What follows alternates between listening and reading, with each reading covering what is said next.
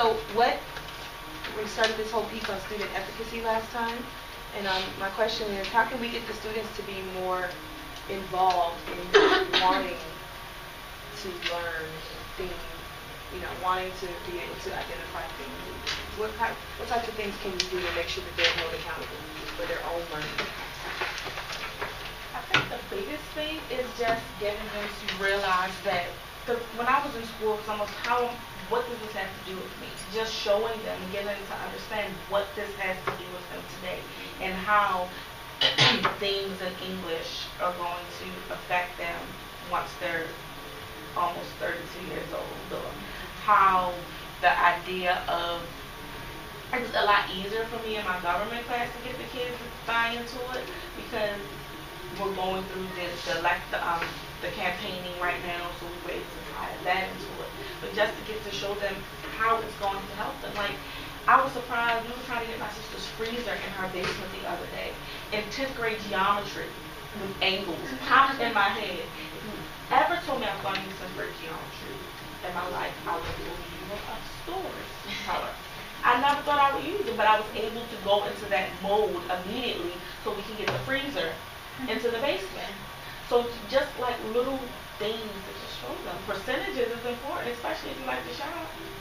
And you got to be quick with it because if they're telling you only get 33% off, how can you go about figuring out what that 33% is, or is getting to close to it as possible?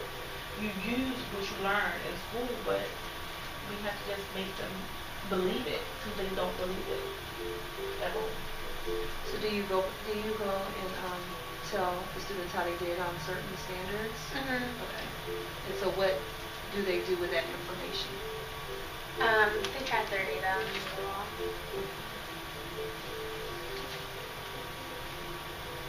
Is that a daily sheet or a unit tracker, or how does that work? It's like an interim. Okay.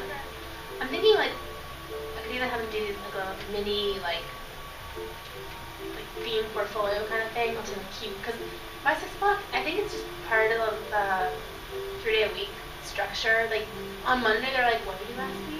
Like, they have no sense of continuity. They don't remember anything. They're all a mess. So if they know they have to like keep everything on place, make a little portfolio of it, and then maybe they can even track like in the beginning their interim scores, and at the end of it give them kind of another like sample assessment and see if they've improving all the work in the middle to show their effort. So it's something that they can just show when you sit down and like mini meetings with them. Mm-hmm. They can say, okay, this is where I was, and this is how I did on the last one. Mm-hmm.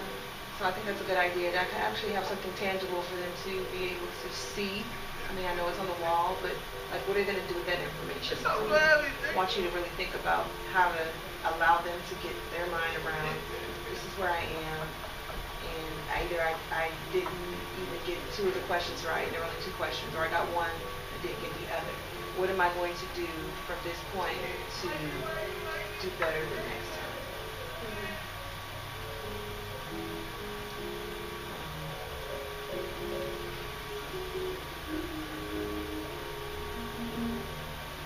Do they ever look at each other's work? Yeah, they do. They probably shouldn't. I think that just helps it helps in a lot of ways, but definitely so they can see, like I'm not in this alone, Mm-hmm. and just that whole peer interaction of picking each other's brains and seeing how their thought process is. I think it's just a helpful way for them to see how they can improve.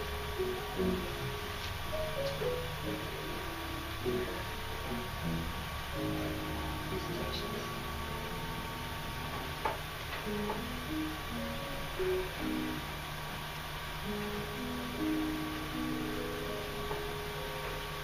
All right.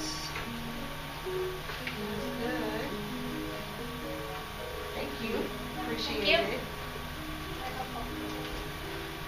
So we'll do like a round robin every now and then, and we'll do someone different next time. And just again, like I said, helping you all to really break down like how to go about reteaching when the students didn't get the concept the first time. Because I just think a collaborative conversation with other people, giving you ideas that you possibly